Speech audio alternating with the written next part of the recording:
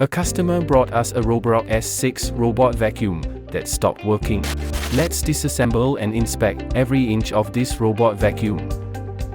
Aha, here's the culprit. The LiDAR motor and battery are malfunctioning, so we replaced the troubled parts. Wait, there's more. Look at the dust cake on every side of this robot vacuum. A lot of dust and dirt accumulates in the suction area, which can cause clogging. Look at the layers of dust on this fan. And there's dust on every side too.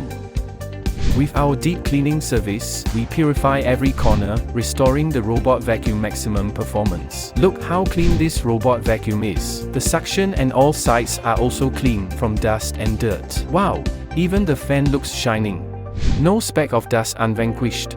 Believe it or not, robot vacuum performance is back like new again. Are you having the same problem? Contact us today.